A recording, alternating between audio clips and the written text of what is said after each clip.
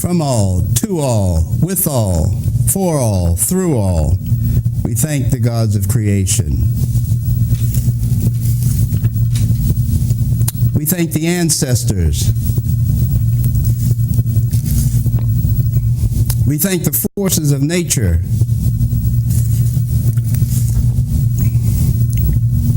And we thank the earth. We thank them for their direction, their protection, their guidance, for keeping us, showing us, allowing us to know and enjoy life to its fullest, now and later. Black people who once loved with the slow march of time. Time was ours to hold in the soft, low-born chambers of our hearts. And was we, the Afro mommies and daddies of a sun world, would turn our strands of hair into antennas to tune in the juju madness and syncopated love rhythms of Africa. And we loved with time, and we took the time to love, and with the right time we loved, and we loved time after time. Will we ever love again?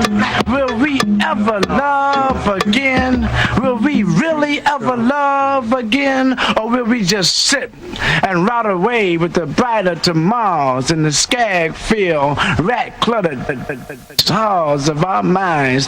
Black people, what y'all gonna do? Black people, what y'all gonna do? Will the real black people please stand up?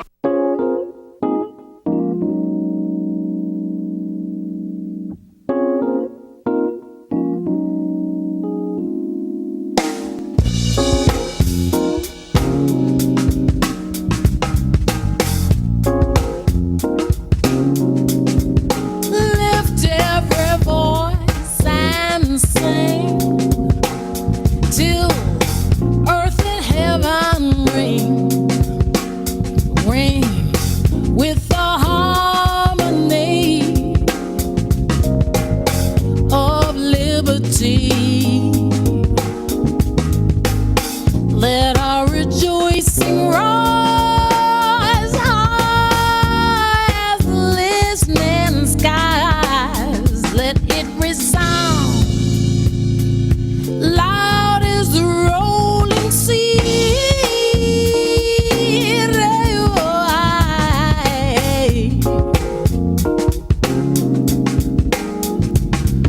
Sing a song full of the faith that the dark past has taught us. Sing a song full of the hope that the present has brought us, facing the rise. Jumbo Habari, and welcome once again to Our Story, the program that makes being black positive, relevant, desirable, and true to a lost nation in America. A program that speaks to the historical significance of the original people of the earth. Our Story Network takes pride in setting itself away from other programs that centers on entertainment or rhetorical mumbo-jumbo that misdirects your attention onto other things that causes you to exhaust your resources and renders you brain dead. It is Our Story who talks about commitment to you and your people. It is Our Story that champions the reestablishment of the black genius that once ruled the world. It is Our Story that focuses you in on the rewards of black advocacy, black activism, black involvement, and black power. It is Our Story that encourages survival of the black race and solicits your involvement to that end. Black folks must remember, race first is the call of the day, and we as a people must. I say must take the pledge if we, the people of the original race, expect to survive. As I take the many lessons I have received over the years and reflect upon them by sharing these lessons with my brothers and sisters, I realize the power that we as a people possess, for the most part, has gone unnoticed. The masses of black folks who have been rendered lost and disenfranchised from the meaning and mission our creators intended for us to embrace is all but depleted. It is because of the mission and meaning of the life of our ancestors that I realized how blessed as black people we really are. What fascinates me are the many gifts I have been granted, which allows me to distribute the information onward to you. As always, that message begins and ends with the importance of blackness. Say it loud, I'm black and I'm proud. Greetings, friends, comrades, family, the inquisitive onlookers, and our beloved viewers. Welcome, welcome, and welcome to our Story Network. We thank you for being with us this evening, and we trust you will take something of value away with you after the program. That is the aim and goal of our Story Network, the network that leads the pack in modern day communications and ancient and modern education. I say ancient and modern education because of the many errors we have found in the description and interpretations of ancient records. The modern revelations by new black scholars have opened the window of discovery that has allowed the truth of knowledge originally disseminated by the black masters of education to flourish once again. This is one of the stumbling blocks that has kept black people from rebuilding their greatness and recapturing their birthright, a process many of us take for granted.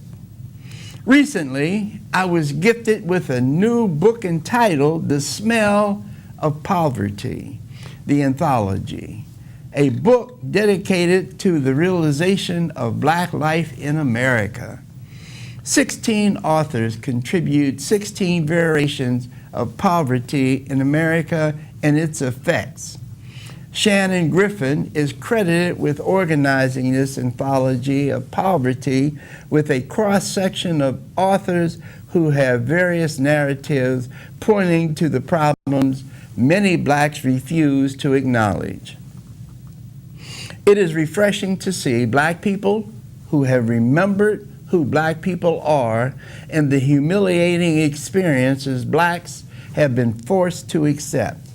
Still, Evangelist Gasper, The Smell of Poverty, the anthology includes the contributions from one evangelist, Evelyn Baudoin-Glasper, a local author, activist, advocate, and religious bearer of the good news.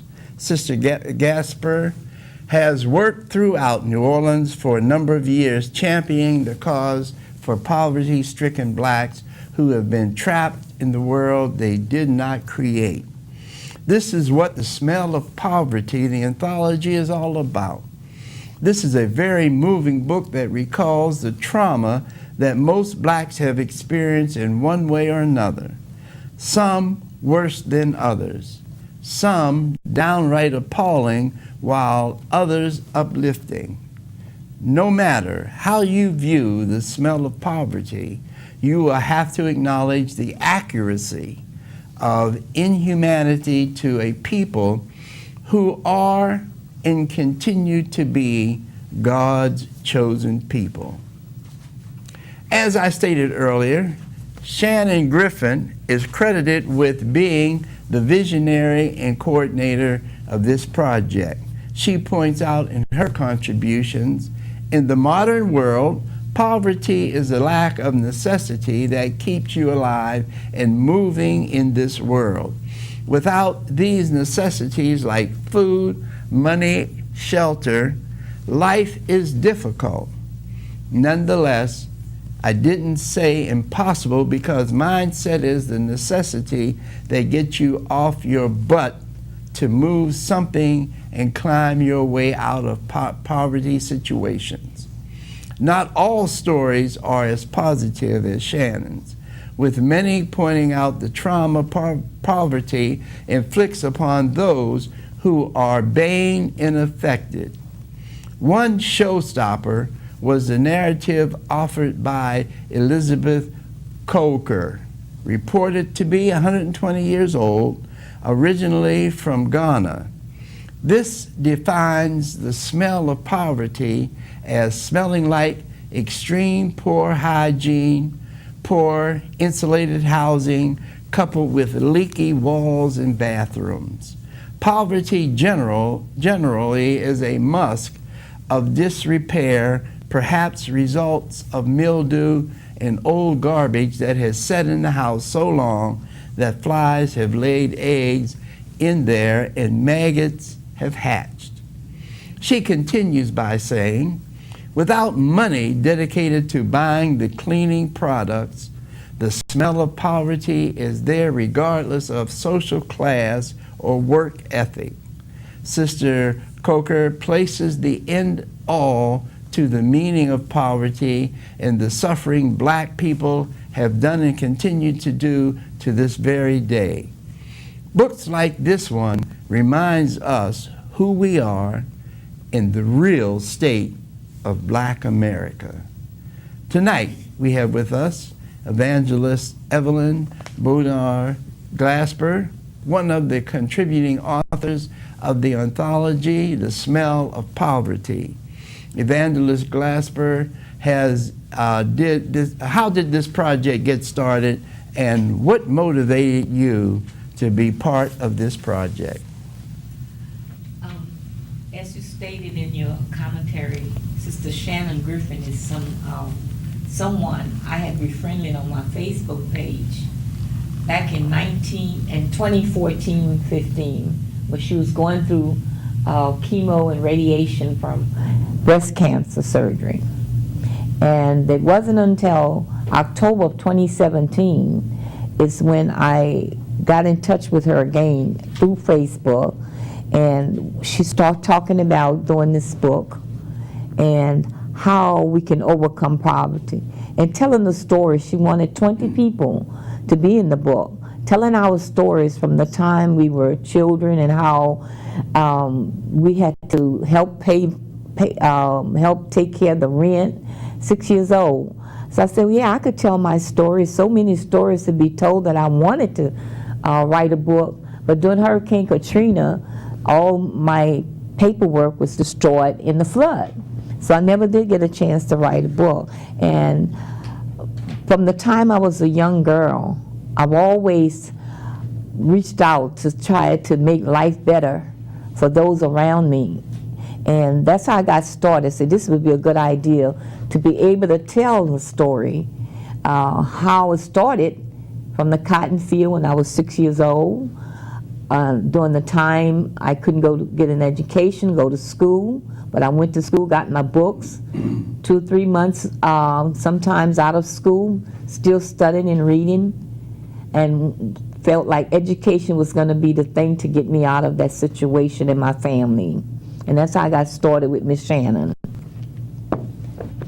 All right. You know, you had mentioned briefly about picking cotton in the fields. Yes. There's also in your story, you talked about how you had lived from about 2 or 3 different relatives in order to be able to accomplish what you needed to accomplish at that time. So do you want to elaborate on that? Yes, I live with my grandmother. Usually, right, and when mothers and fathers are not together in a household, it does make a difference, because the children really are suffering with mothers and fathers being separated and not in the household. Sometimes parents don't realize that children are suffering, or they're having problems as well. So I didn't want to live with my father. I didn't want to live with my mother. And my grandmother was there, my father's mother. And she would see that we would get everything we needed, but mainly what they could afford to give us.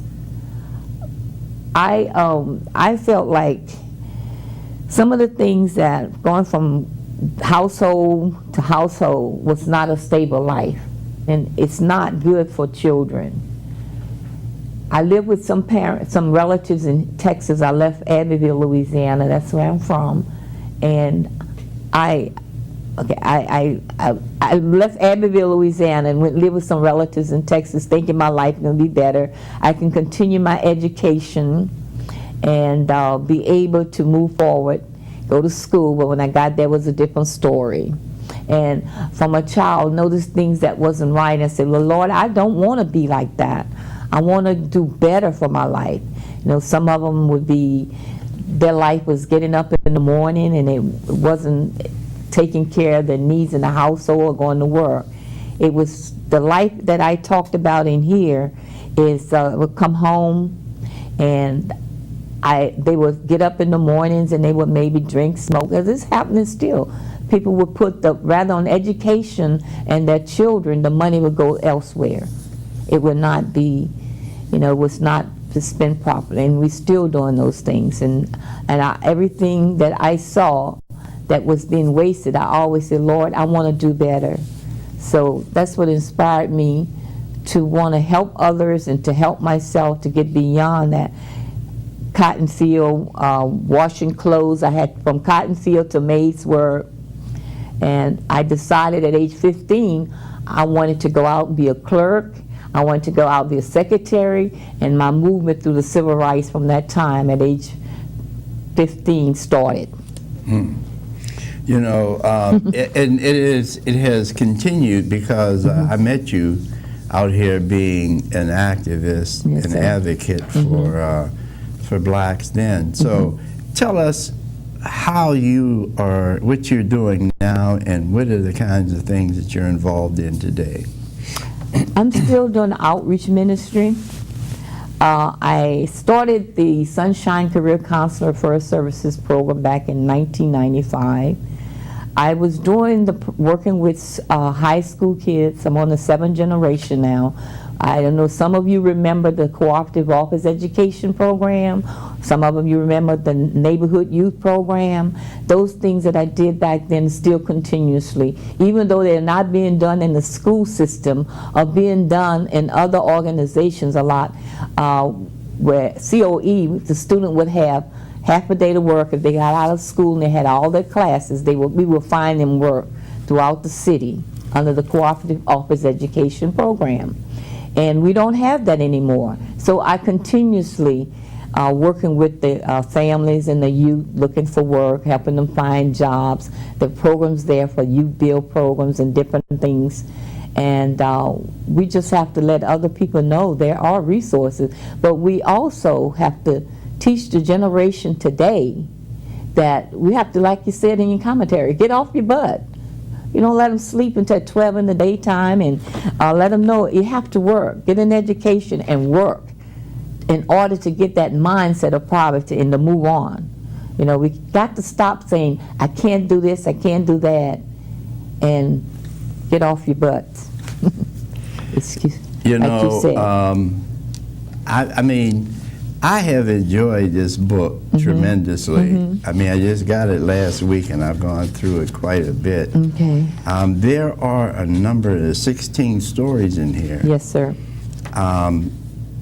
Each story is unique in its own way. Yes, sir. Each story is different. But at the same time, each story talks about what poverty has done to the author. Yes. And why they feel they are who they are today. Yes, sir. Because of their ability to overcome the obstacles of poverty. Yes, sir. And, you know, we had talked earlier before we went on the air about the number of people today who just refuse to acknowledge the fact that they are victims of poverty. Right. That they are victims of racism, that they are victims of anything Yes. that is negative or throws a bad light on this country.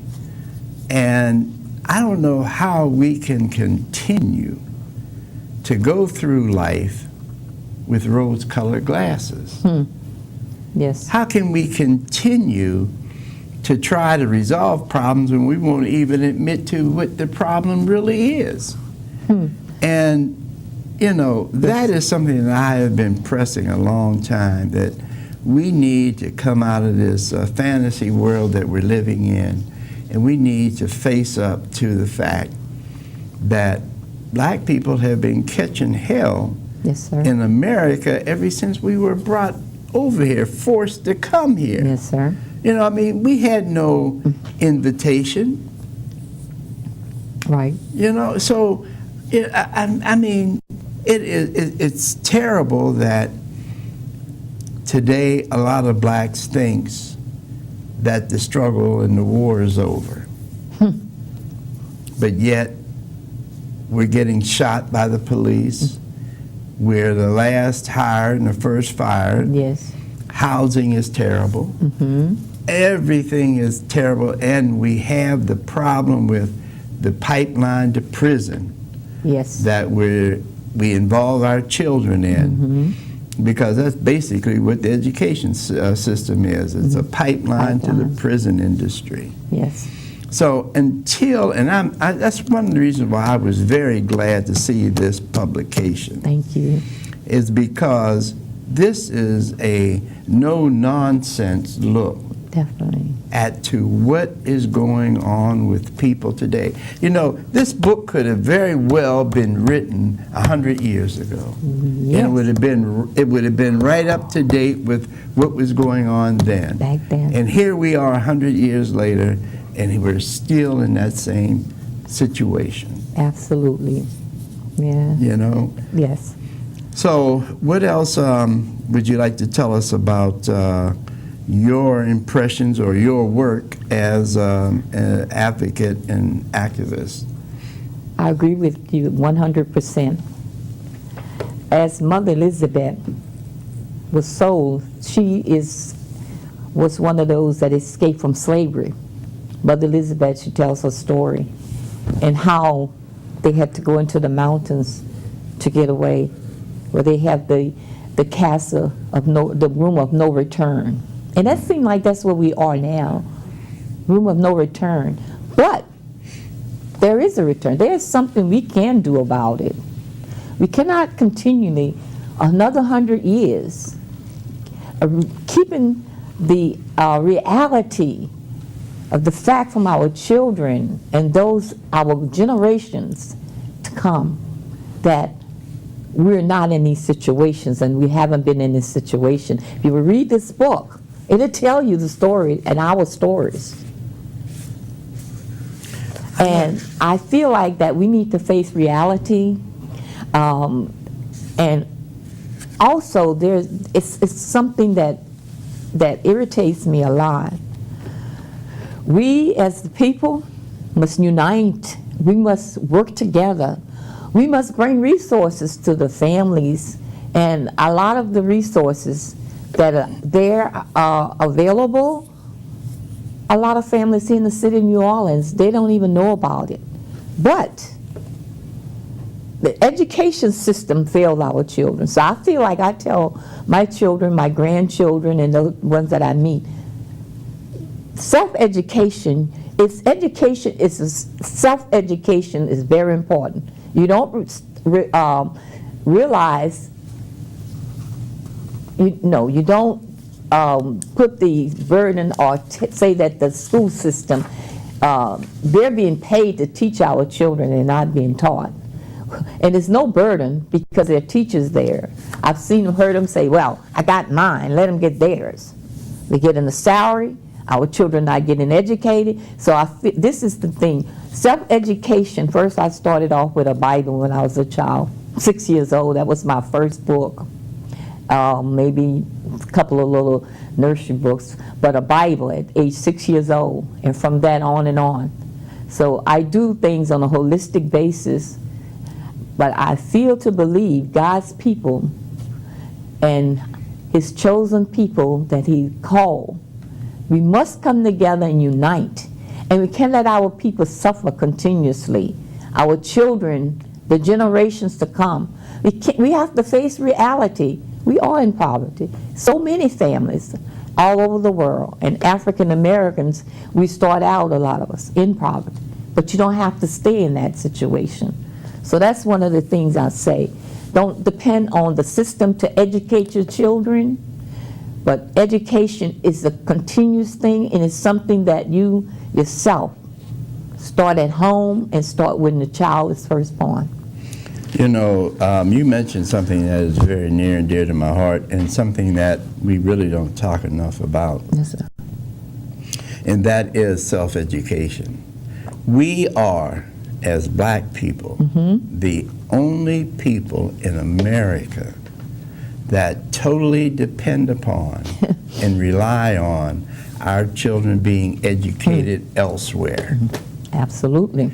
Every other ethnic group in this country has an education program at home to explain to that child who they are, where they came from. Absolutely. I mean, the history of their ancestors. They take time in instilling in their children the path that was taken for them to get to where they are today. Absolutely. We're the only people that will not do that. And a lot of that is because we're shameful of our past, and we have to get over that. Yes, definitely. Now, one of the things that I press upon so much is we have to stop teaching our children to look at someone else as being the chosen people. Absolutely. That is a problem that we are causing and creating for ourselves. Right. We're always pointing to some other color, ethnicity, a country as being the people who were chosen by God. Right.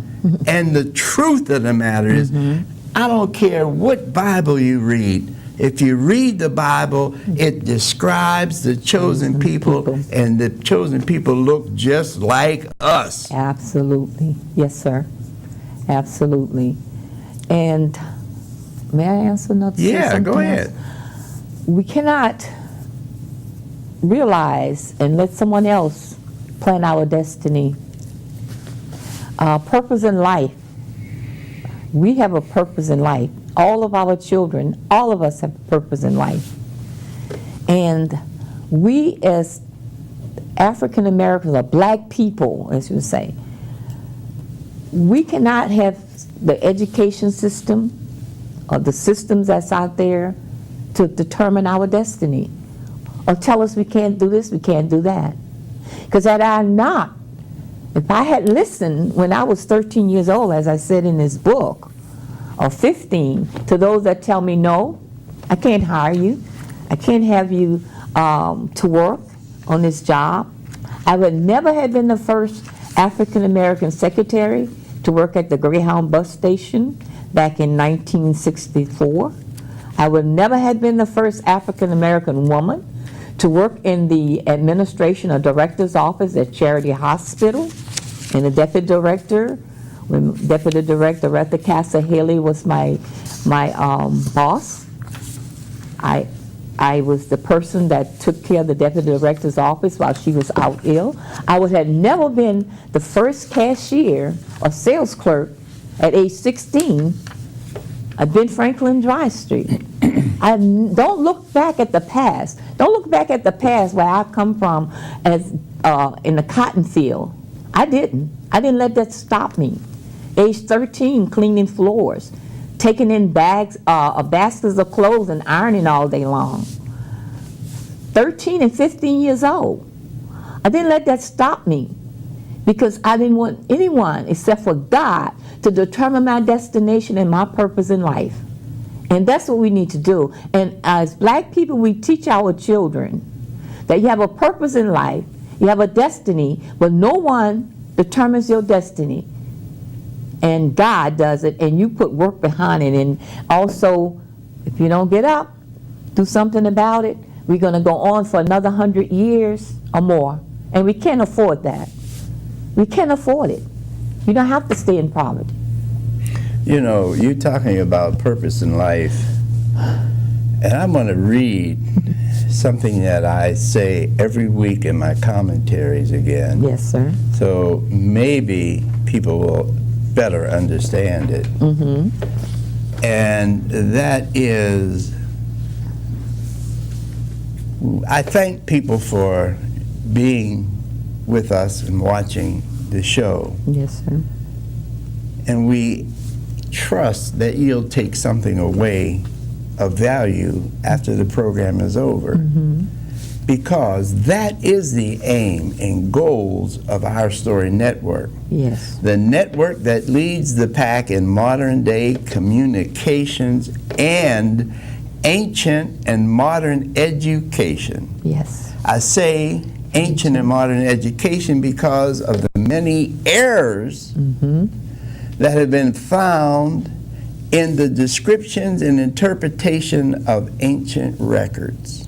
The modern revelations by new black scholars have opened the window of discovery that has allowed the truth of knowledge originally disseminated by the black masters or the black scholars who by incident taught the so-called white masters who everything now is based upon.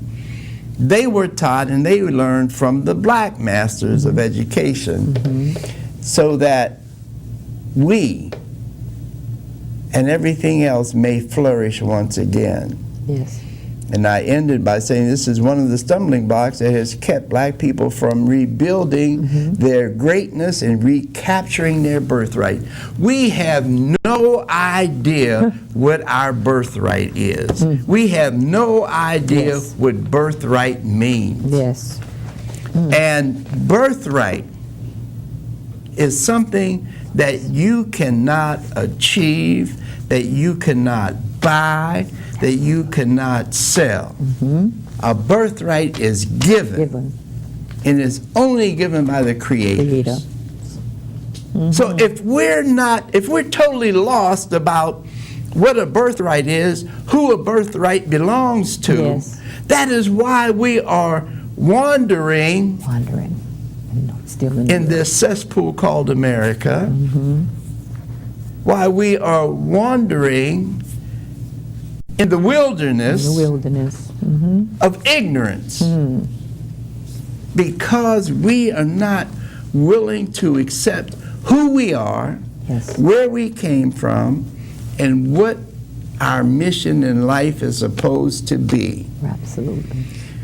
Well, we have callers who seem to get in on the conversation from time to time, and we want to thank you, first of all, for watching, but we really thank you for participating. We ask all of our callers to turn the volume of your television all the way down, talk to us directly in and through the telephone. If you don't, we'll get feedback and we'll have to cut you off. So caller, I appreciate you watching and calling. What is your question or comment? Good evening. I tuned in late. I'm really enjoying the show, and I would like to know the author's name and where is her book available, because I certainly want to get a copy and read it myself. And Please. One more thing, my last comment, I think we have to stop teaching our children that God is a spook. He lives in us, and that we are God. And we have to walk it and talk it and act it, and that's how we'll be successful. So I'm gonna hang up so I can hear the author's name and where I can get the book. Yes, Evangelist Evelyn Baudoin-Glasper. I'm one of the co-authors here in New Orleans. Are you local? She hung up. She's listening. Oh, okay, she's listening. Yeah, I think yes, she's you can call. You can call 504-450-6954, and I'll be glad to autograph the book for you.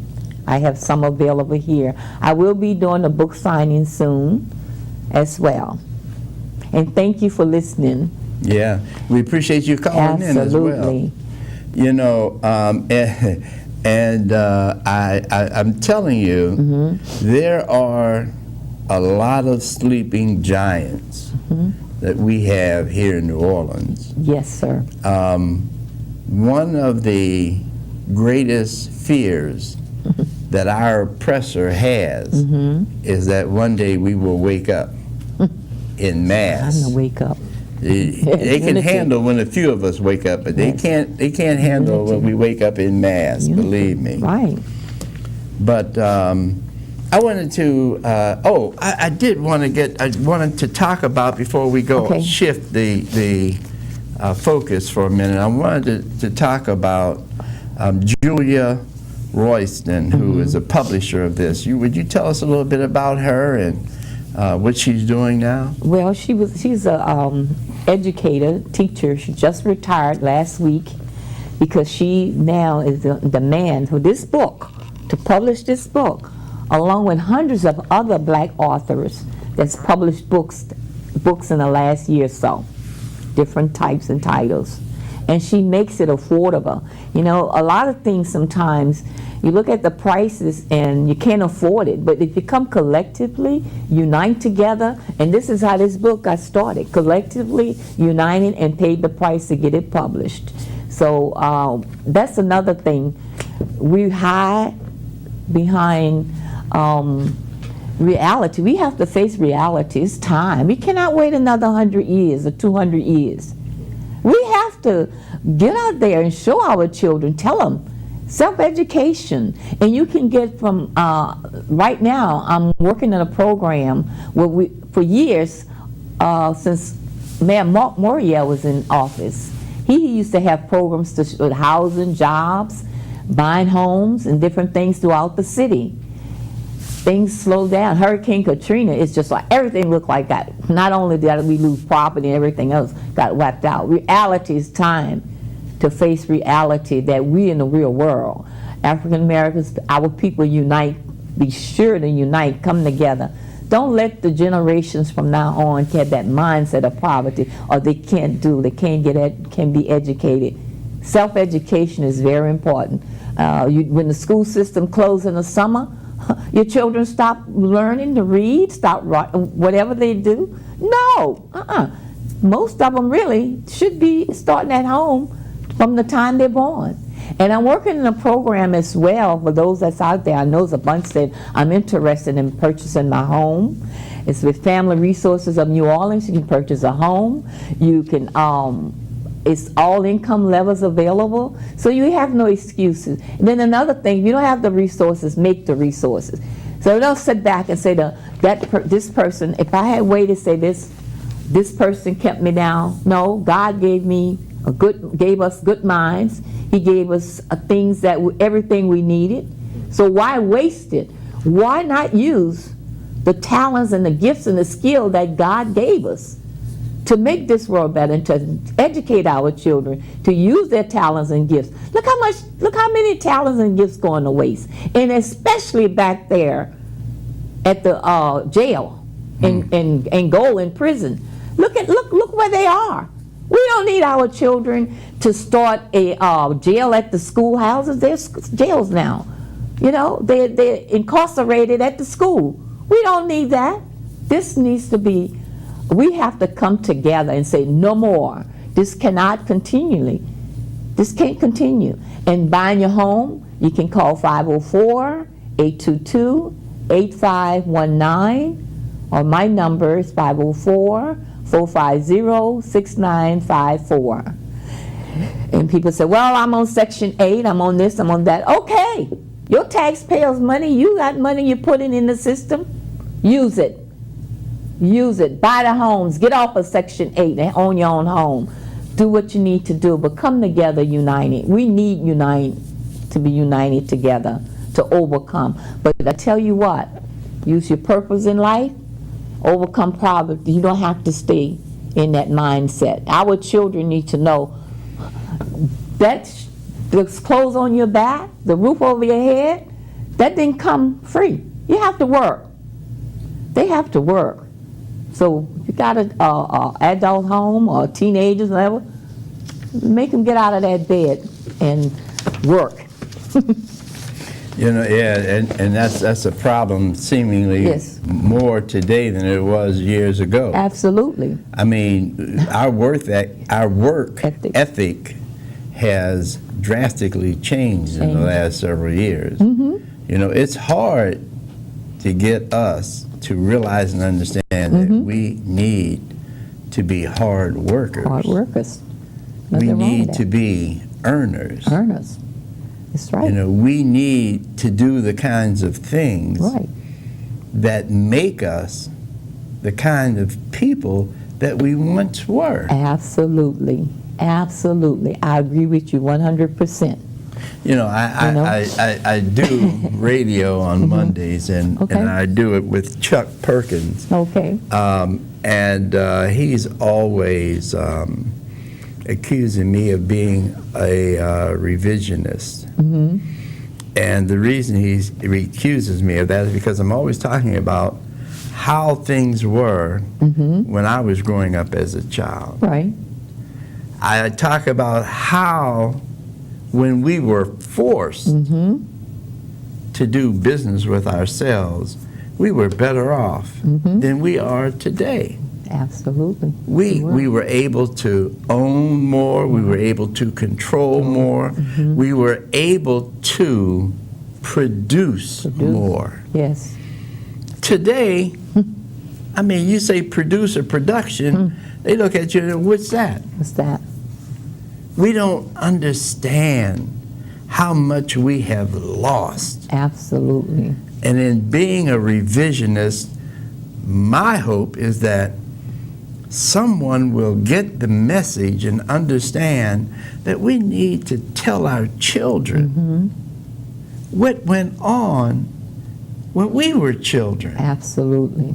or what went on when our grandparents were children. Right. Because we have not disassociated ourselves that much, whereas we cannot talk about the work that our parents have done. Absolutely. And I think it's important It is very for our children and our children's children to know that, Yes. or Very else important. they'll grow up and they'll be depending upon someone to hand them everything they need. You did Go say- to their phone and just tap it, and Yes. everything is right there. Absolutely. You're absolutely right. And nothing wrong with being a revision. I am too. Yeah. And you can tell by this book and the stories, I am Yeah, too. I'm Nothing telling wrong you. with that. Hard work. Nothing wrong with, and you know, owning your own business. There's so much talent going to waste. Okay.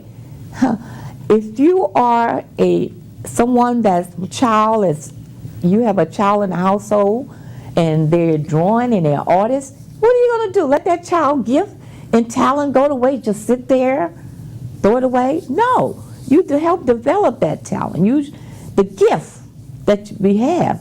There's so much we can do, you know, and unite it. And our children cannot have everything falling in their laps.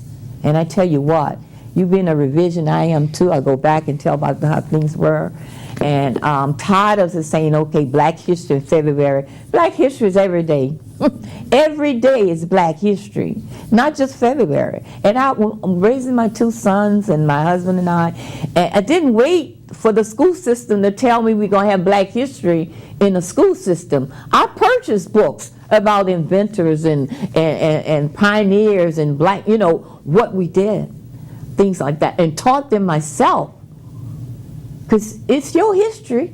You have your children and the generation must know. And the hard work. How did that grandparent buy that home? How did that grandparent purchase that business or the store that you have now? You know, they did it with hard work and learning how to save, how to come together and work as a family. Okay, that's another thing. That's another story. We forget there's a family. That's another story. Working together in unity. I'm going to, I want to show the audience, they've seen this before, but I've not really talked about the artist, but I wrote a book as well. Yes. And I want to show the cover of that book, and very specifically because this cover was done by a genius. Wow. I mean, The artist. the artist was truly a genius. Wow. And there it is there. That that particular piece moved me when I bought that. That was done by Gilbert Green.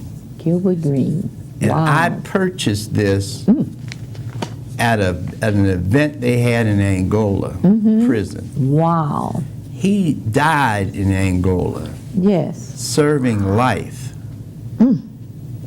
And I have a number of his paintings Wow. because this man had a way of expressing himself through his work that really put a soul, a spirit to the images that were depicted on the canvas. Absolutely. Wow. You know? And it's unfortunate. He's not the only one. There's thousands I know. of our brothers and sisters locked away Yes. who have this kind of talent. Thousands. Yes. And it's unfortunate that we don't recognize our talent until we get locked up. Absolutely.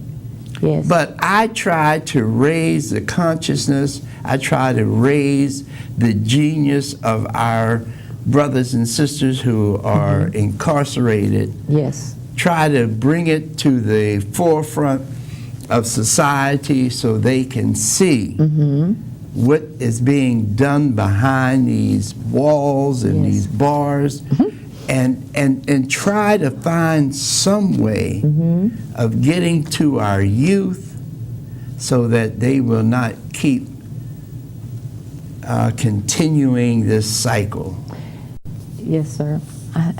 I saw the cover because I did a retake of one of your videos, and I did see that. And I was wondering who did the cover. Yeah, It's his name beautiful. is Gilbert Green. Yes. Yeah, unfortunately he's now deceased. I feel that, well, I was interviewed back in 2000. I didn't bring the interview with me by a lady with the Times-Picayune. 2000 is what I said. It's still going on today. But I did mention that several years to come, the youth going to explode. They're going to explode. They feel like there's no hope. And we have to still starting in our own homes, so. But they feel like there's no hope.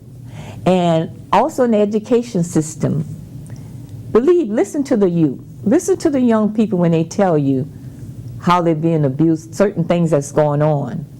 And how some of the educators, supposed to be educators, they're not educating them. They're putting them down. They feel lost. They feel like there's no love. And if they don't have mother and father in the household together, or they have, some of them are being raised by grandmothers because their mothers and fathers incarcerated, grandmothers are raising their grandchildren. But there's no excuse to say, I'm not going to use my talent skills. I'm not going to get that education. I'm not going to pick up books. I'm not going to teach myself and put God first to help me through it. So it's no excuse. And as a people, stop putting your people down. Stop putting your youth down. Stop putting those down that's in Angola, wherever they are, out here at the parish prison. Stop putting them down. And believe, in their skills, their talents, and give them hope. Because that's a lot of things I heard from a lot of young, teenagers over the years and the days that I speak with them, or come out of jail, and I'm on a corner. I was on the corner of Bradley and Broad Street, and when they come out of jail and they're looking for work, or they couldn't get help, or they didn't know where to go. And a lot of things go undone because of lack of resources and not knowing where to go to get it. Even in the household, if you're not taught, if you don't know, and you're not given that hope and that encouragement, that you can. So what's going to happen to the generations? Well, we know it's going to happen to the generation. But we need to face reality and make a change. We need to do something about it. Exactly. Let's don't keep on. I hate the Lord let me live to be whatever years. I hate to see even next year to be in this position and talking about this. Yeah. Because it's way too long. It's way too long. We have the fastest hour in television. Absolutely. And I want, before we get out of here, I want to be able to go back and let the people know how to get in touch with you so they can get a hold of this book. 'Cause, Okay. believe me, I recommend this book Thank you. to everyone because it has a lot of information that we're all aware of. But it's interesting when we hear it coming from a specific person about their experiences. Yes. I mean, we can all relate. So let them know how they can get in touch with you so they can get a hold of the book. Okay, you can call 504-450-6954. Or you can go to Amazon. It's bit.ly//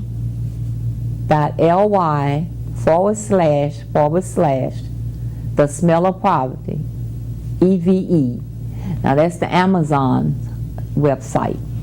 But you can also go to my landing page, bit.ly// The Smell of Poverty, 8, number 8, behind it. And I appreciate it very much. And it also helps me with outreach ministry. Because this, like I said, I do outreach, and I started a business called Sunshine Career Counseling and Referral Services, and I was going to be this big millionaire, doing the counseling and services, but then we had so many people there, our young people, teenagers, people coming out of jail, grandmothers, mothers and fathers need help. So God said, no, you were called and you to use your purpose in life to change this world, make it a little bit better. So that's what I would ask you to do. Think about it tonight. What's your purpose? And I will let you know, mine is available. If they put it up there, I'll show it again. His book, yes. Our story, the original Holocaust, is available at Community Book Center at 2523 Bayou Road. It's also available at Wayne's World and Sons, 2255 St. Claude Street. Yeah. And on the West Bank at Educators Delight at 3501 Holiday Drive, Suite 405. Great. Or if you need to get in touch with me, you can call me and I can give you the places where you can find it. But that is our story, the original Holocaust. I pull no punches. I'm unapologetic about my stance and positions in here. Thank you. And I use a lot of history to show why we are in the positions we're in today. Absolutely. And what it takes for us to get out of that. Yes. So I want to thank you for Thank you. being with us, Elder Glasper. Okay. And- And there's one more thing. Okay, yeah, Don't go forget ahead. about the home buying programs now, because also jobs. If you don't work, you don't have employment, you can't afford a home. So you can call me at that number that I gave you as well. Do counseling, career counseling, and home buying. So you can reach me at that number. Give it again. 504-450-6954. And I'm also listed in the Senior Citizen Resource Guide. For you seniors that do not know what that is, it's been out before Hurricane Katrina, comes out twice a year. And it has resources in there. And I'm in the program, in the booklet. It comes out every 6 months. In fact, the Okra Man is on the cover of the last one that just came out, Mr. Okra. He just died, and he's on the cover of the last one that just came out. See, this is Mr. Okra right here. So this resource guide is okay. It's a the resource guide is a good book. So I'm in here in several places on the counseling, employment, and housing. Senior Citizen Resource Guide under the Sunshine Career Counseling and Referral Services. And All right. Well, as the old clock on the wall says, that's all, y'all. oh, y'all. And I want to thank you once again Thank for you very being with much. us. I want to remind you, stay strong, Thank you. stay black, Sir. but most importantly, stay committed to blackness. Uhuru Sasa Ngawa. Wagawa. All right. Yes.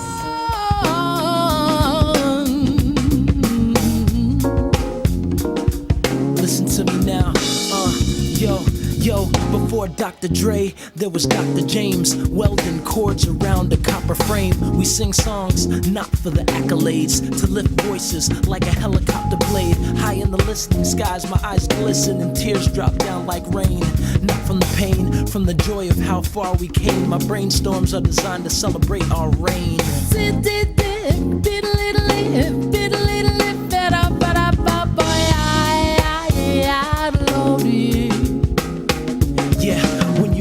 The collective, monuments erected, continents affected, presidents elected, ancestors making moves with the music we've been blessed with.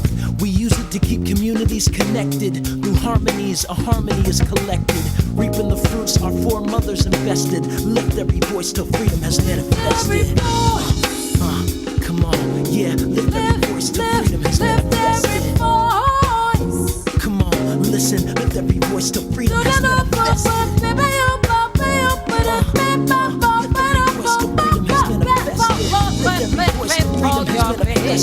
Come on.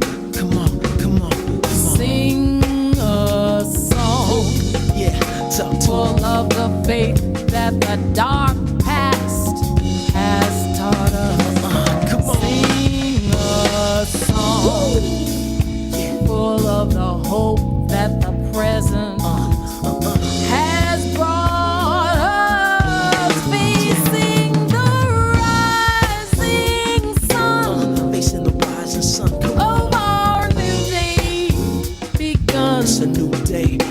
Let us march on Yeah. till victory is Yeah, won. Till victory is This is won. victory music. Come on, I hope you feel it.